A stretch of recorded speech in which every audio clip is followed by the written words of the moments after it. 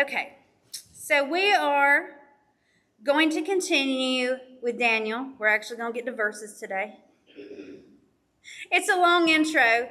So this is a sketch of what Babylon would have actually kind of looked like. All right, so it's got a lot of buildings in it, but it was a lot more prettier than this. I'm going to show y'all a few little things about that before we get to the scriptures. First off, I wanted to kind of tell you what Babylon was like, because it wasn't something that was primitive. It's not like people are living in caves, even though it's long time ago. So this is actually from a Greek historian, Herodotus, and he is actually writing off of Berosus. And Berosus actually lived in Babylonian times. So this was his description of Babylon. In the form of a square, it was 14 miles on each side and of enormous magnitude. The brick wall was 56 miles long. Could you imagine doing a wall around a city 56 miles long? And in places, it was 300 feet high, 25 feet thick, with another wall 75 feet behind the first wall. So it's got that two-wall system of the time. If you remember, there was another city that was like that when we were going through there. That was Jericho. Two-wall system. The wall actually extended 35 feet below ground. And I guess it had to, for as big and as wide and tall as it was, it had to have a good foundation. It had 250 towers that were 450 feet high. This just shows you the magnitude of the building projects that were going on at the time. And this matters when we get into Daniel chapter 3. There was a wide and deep moat that encircled the city. The Euphrates River also flowed through the middle of the city. Ferry boats and a half-mile-long bridge with drawbridges closed at night. It's important that Babylon, when they would come in and they would take kingdoms, they would use siege warfare. They would circle them, they would try to starve them out and all of that. There's a reason it has the Euphrates River through the middle of it, because they didn't want somebody to do that to them. Now, that's going to come back in the book of Daniel as well. That's why I'm giving y'all this information. This was also home of the Hanging Gardens. If you've ever heard of the ancient wonders of the world, 7 ancient wonders of the world, this was one of them. Water was raised from a river by hydraulic pumps. Now, it's not like the hydraulic pumps that you see today. Most people think it was something akin to like the Archimedes screw, where it's going to turn and it's going to pull water up. The city had 8 massive gates that led to an inner city and 100 brass gates. The streets were paved with stone slabs, 3 foot square. It was the home of the great tower, the ziggurat. It had 53 temples, including the great temple of Marduk. That was one of their false gods. It had 180 altars to Ishtar. That was one of their female goddesses. It also had a golden image of Baal and the golden table, both weighing over 50,000 pounds, being made of solid gold. That's an important detail we're going to come back to for Daniel chapter 2. There were 2 golden lions, a solid gold human figure 18 feet high. Nebuchadnezzar's palace was considered to be the most magnificent building ever erected on earth. And the walls were so wide, they would have chariot races on top of them. So this is not something like we would picture in ancient history. It's amazing they were able to do this. Chariot races on top of the walls. I've not ever even seen that in a movie. So Hollywood, you're failing if you can't even dream of something that they had in ancient times. So this is a depiction of possibly the Hanging Gardens of Babylon. I think it's amazing that they were able to do these things back then. Again, not primitive at all. This is a quote on the Hanging Gardens from Josephus, the first century historian. He quotes again Berosus, who was of the time of Nebuchadnezzar. He was a Babylonian priest of Marduk. when he states, in this palace he erected very high walls supported by stone pillars, and by planting what was called a pencil paradise and replenishing it with all sorts of trees. He rendered the prospect an exact resemblance of a mountainous country. This he did to gratify his queen, because she had been brought up in Media and was fond of a mountainous situation.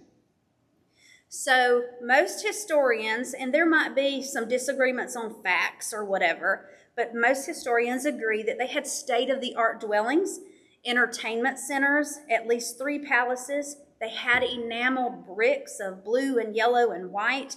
They had thriving businesses, canals, aqueducts, reservoirs, and many religious centers.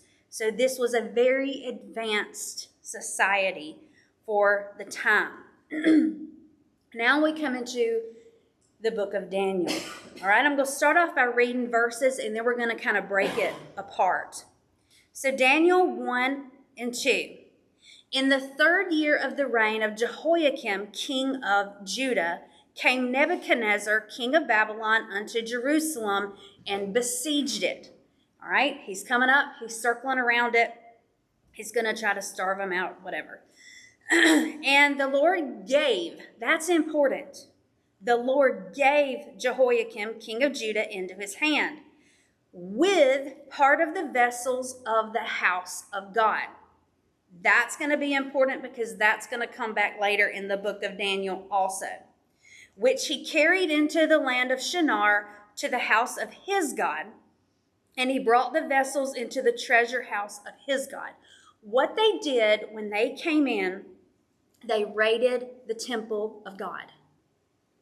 Those holy, I don't want to say relics, I don't want to say artifacts, those holy vessels were taken out of God's temple.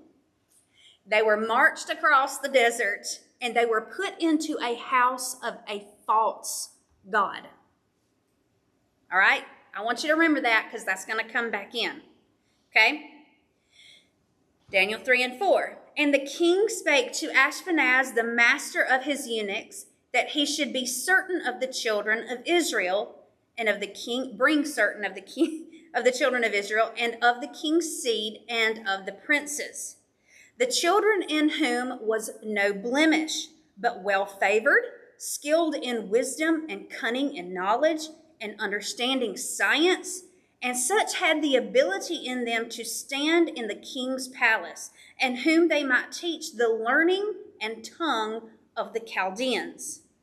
All right, so these are certain ones that are going to be handpicked from Judah.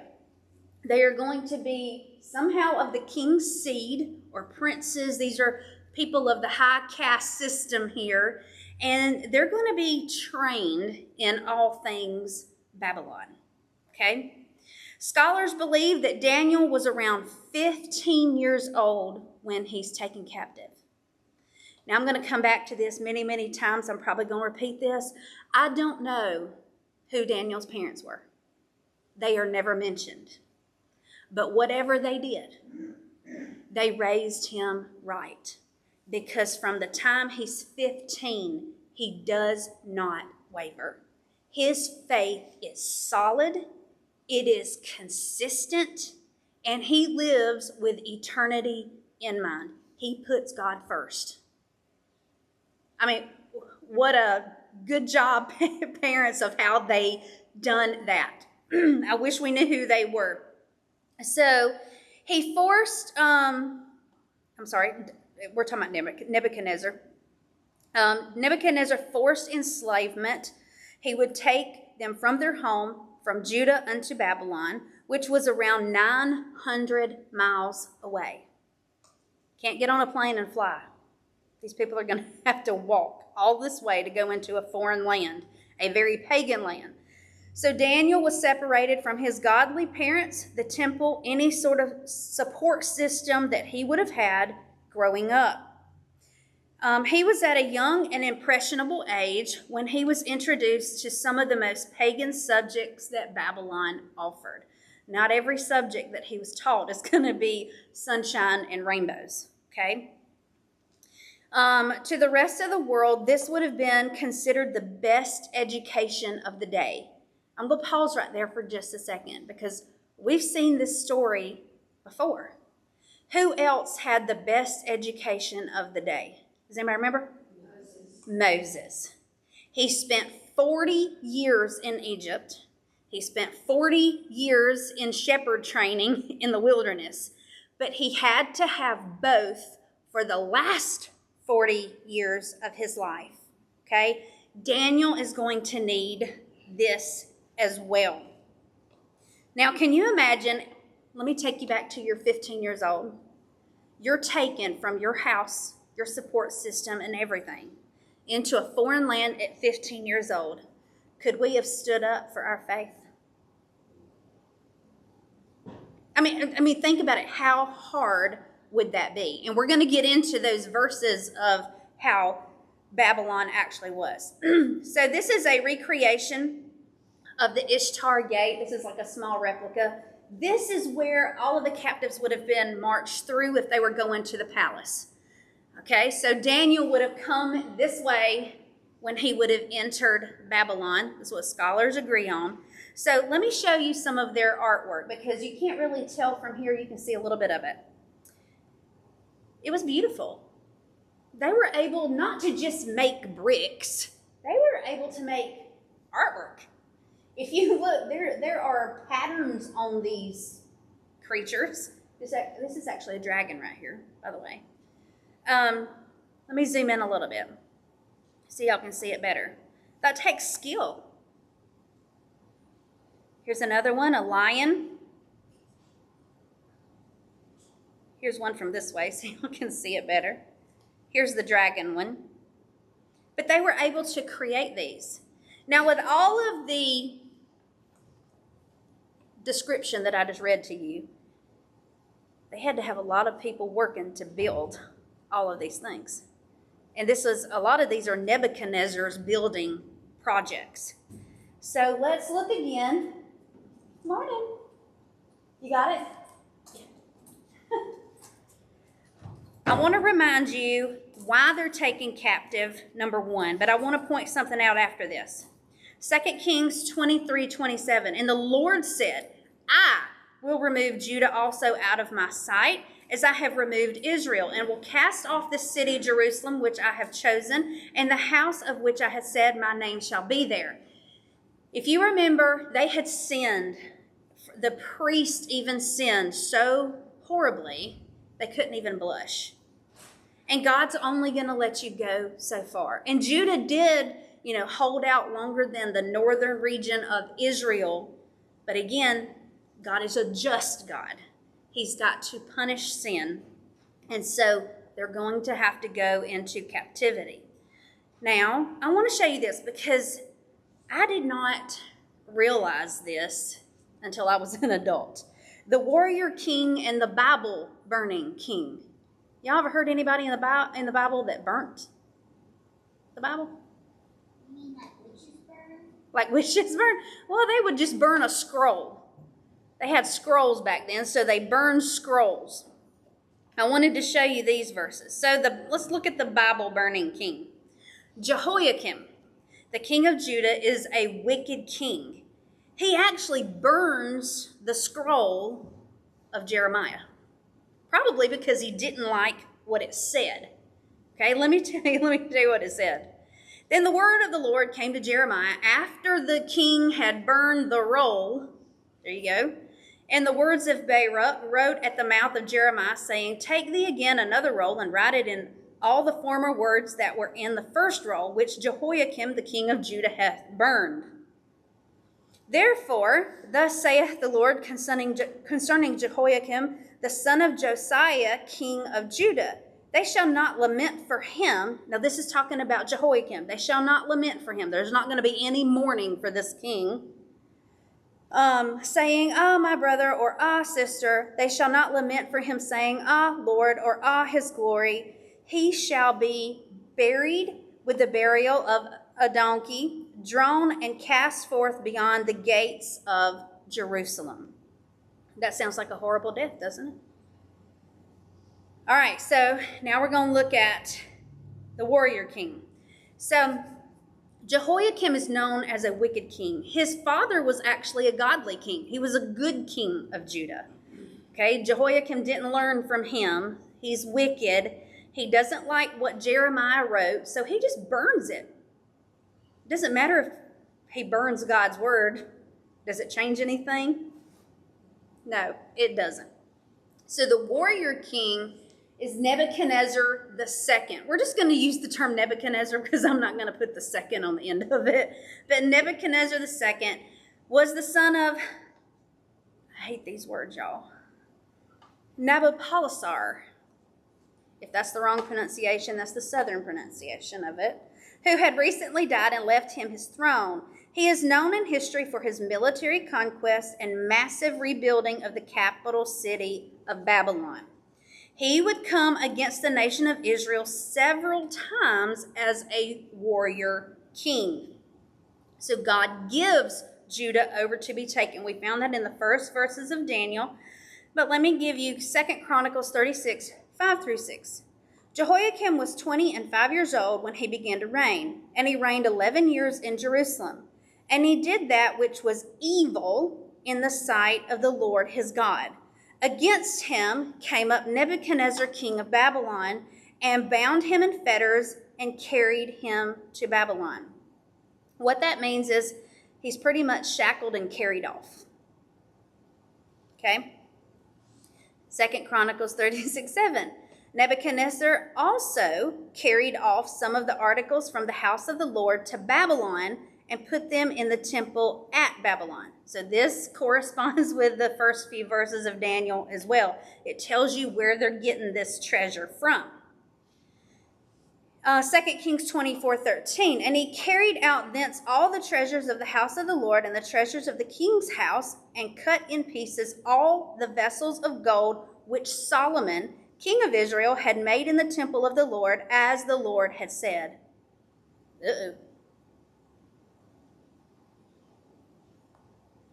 Okay, so this is one of those little nuggets we don't usually get if we just read the Bible straight through. All right, pride comes before the fall, right? Let me take you to Isaiah 39, 1 through 8. At the time of Merodach-Baladan, the son of Baladan, king of Babylon, sent letters and presents to Hezekiah, for he had heard that he had been sick and he was recovered. And Hezekiah was glad of them, and he showed them the house of his precious things, the silver and the gold, and the spices and the precious ointments, and all the house of his armor, and all that was found in his treasures. There was nothing in his house, nor in all of his dominion, that Hezekiah showed them not. Y'all get what's happening here? He's showing the king of Babylon everything in his house. You know why? He's proud of it. He's proud of it, and you're going to show the enemy what's in your house. Then came Isaiah the prophet unto the king Hezekiah, and said unto him, What say these men? And from whence came they unto thee? And Hezekiah said, They are from a far country unto me, even from Babylon. Then said he, What have they seen in thine house? And Hezekiah answered, All that is in mine house they have seen. There is nothing among my treasures that I have not showed them. That was a very, very foolish decision. Then the Lord said to Hezekiah, Hear the words of the Lord of the hosts. Behold, the days come that all that is in thine house, and that which thy fathers have laid up in store until this day, shall be carried to Babylon. Nothing shall be left, saith the Lord. Because he was prideful and he showed the enemy everything that's in his house, you think that story is going to get passed on? Hey, you know what? I went to visit Jerusalem or Israel or whatever one time, and hey, you know what they had in their stores? They had this and this and this and this and this. That's how kings work. All right? They go and they plunder. They get all the riches from other kingdoms.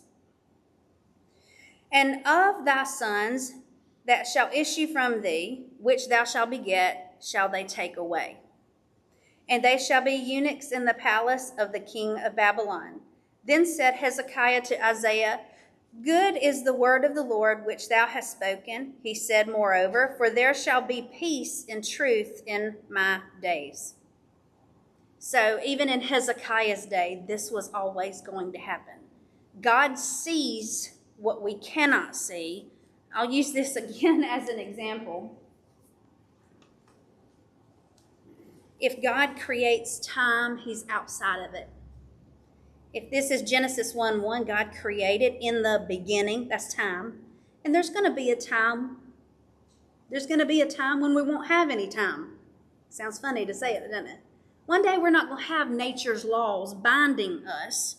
But God being outside of time, he can look inside of time and he can tell everything that happens. That's why we have prophecies. That's why we have verses like this, several kingdoms before it happens, even hundreds of years before it happens, that God knows what is coming. So the siege warfare, we know that Nebuchadnezzar does that. Hezekiah actually builds the tunnel. We've went over this before. This is just to show you it again to refresh your memory. This right here is actually a tablet mentioning Judah's king, Hezekiah. This is a cuneiform text mentioning the tribute sent by Hezekiah, king of Judah, to the Assyrian king Sennacherib. This detailed tablet dates to 693 BC. Judah's going to be taken, Daniel's going to be taken in 605. All right, so that's a pretty good amount of time, and it's in Hezekiah's time that he's showing all of the treasures of the kingdom. This right here is the Nebuchadnezzar Chronicle. Now I want you to read what this says because this is important.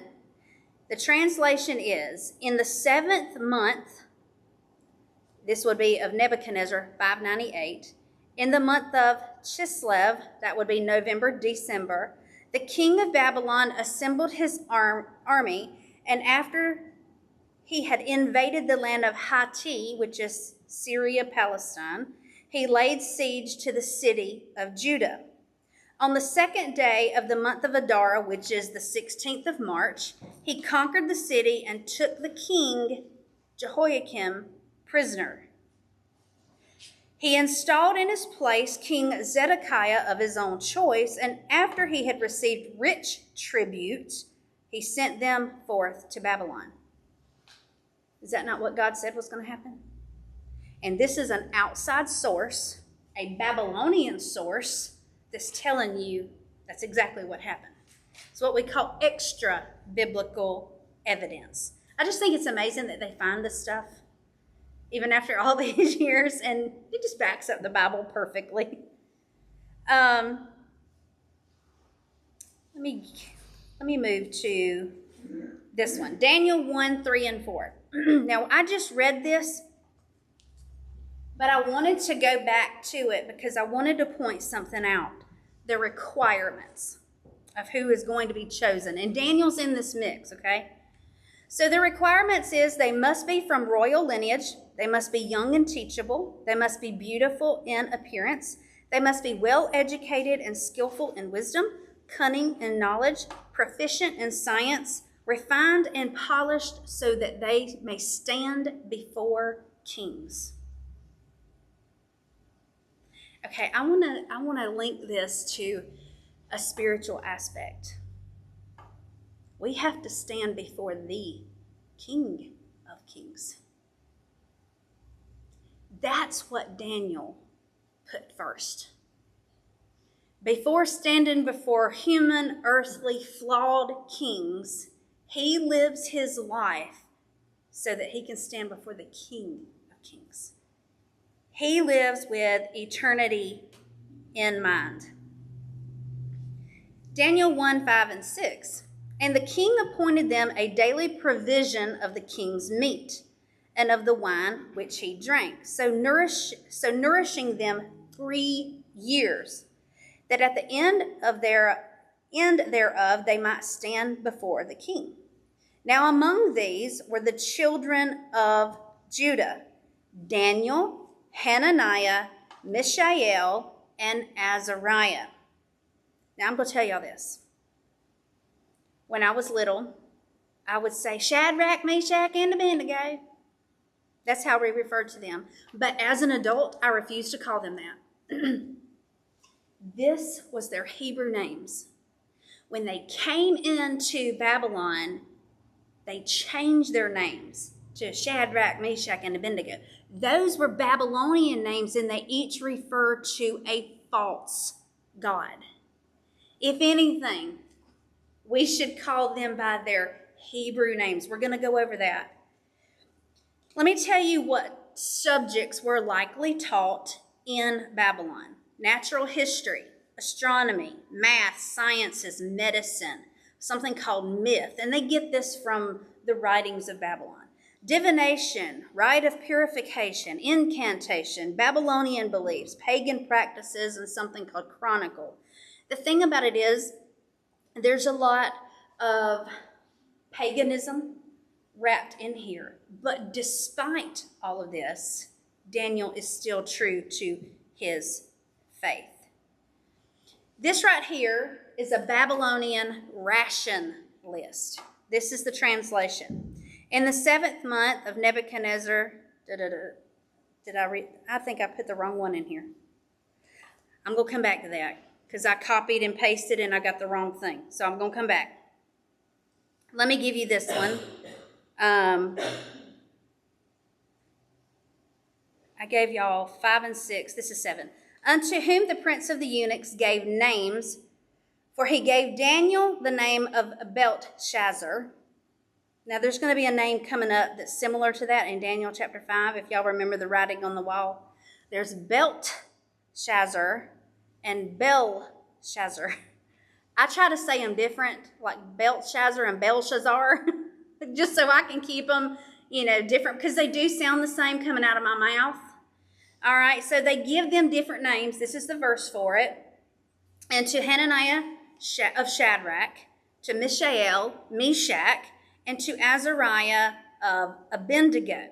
Now I want to tell you what these means, and this is where I'm going to end up this morning. So the Hebrew name for Daniel means God is my judge, and boy did he live it. He lived it. In biblical times, you were supposed to live up to your name. Daniel did it. He was renamed the Babylonian name Belteshazzar, which means Baal will protect. Now that was one of their false gods. Okay? The Hebrew name Hananiah means God has been gracious. All right? They renamed him Shadrach, which means Aku's command. That's another one of their false gods. All right, the Hebrew name Mishael means who is what God is. And the Babylonian name Meshach, who is who Aku is. And sometimes he's called Mushalim Marduk, Meshaku Marduk. I know, and they combine those two into Meshach. We're going to go over that a little bit more next week. Azariah means God has helped, and the Babylonian name is Abednego, means servant of Nagu. So when we say Shadrach, Meshach, and Abednego, we just get used to saying those. We have no clue what they mean at all. So I like using their Hebrew names better because that's their God. That's their God. That's who they worship. Now Nebuchadnezzar, his name is also after a false god. Of course it is. His name translates to Nebo, protect the crown. And Nebo was one of their false gods. So, there you have it. And that's all I have this week. I'll get the ration list fixed for next week. You were talking about the guy that burned the Bible. Yes. Tim probably say this. We've been to house fires. It burned the table completely up. The Bible will be laying on the floor, and the Bible will be burned. They burned the cover off, like the words. Hmm. That happened at Dan Hickory's house. When they set their house on fire. Yeah. Kim's Bible. Can't believe you said the house on fire. Huh? Can't believe you said when they said it. Which time, first time, second time?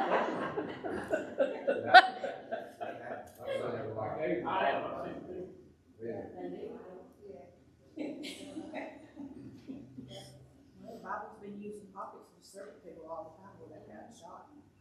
Yeah, Stop the bullets.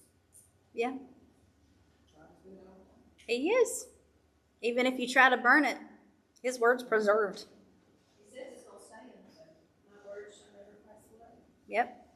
That's one of the things that is in heaven that we have on earth. God's word. Anything else? Make sense? All right, we get to a good verse next week. Verse 8.